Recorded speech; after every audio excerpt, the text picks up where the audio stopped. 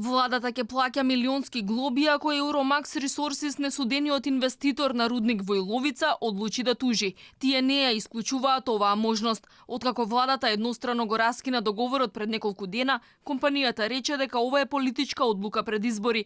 Изненадени се бидејќи и покрај најавите дека ќе се чека на одлуката на управниот суд, владата донела вакво решение. Најавуваат дека ќе ги искористат сите правни механизми дома и во странство, но не исклучуваат ниту спогодба со владата. Не би можел да шпекулирам во моментов колку тоа вкупно би ја чинело, колкава била таа обештетување што Македонија му, ако тргнеме по тој пат.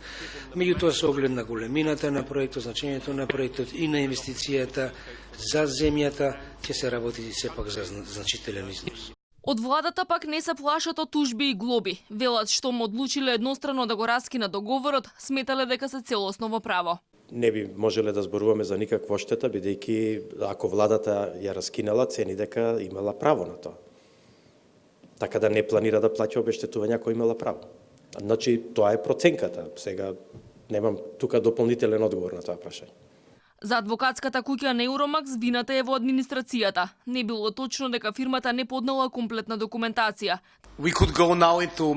Еден доказ за таквите псевдоаргументи од страна на владата е тоа што тие тврдат дека ние не сме ги доставиле сите документи што се потребни, меѓутоа причината практично е тоа што владините институции не си ја завршиле својата работа.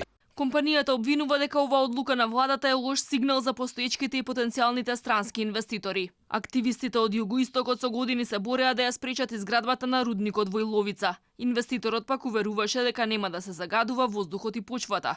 Euromax Resources досега вложи 50 милиони, а само за изградба на рудникот ќе инвестираше 350 милиони евра. Планирани беа 1500 директни и 2700 индиректни вработувања.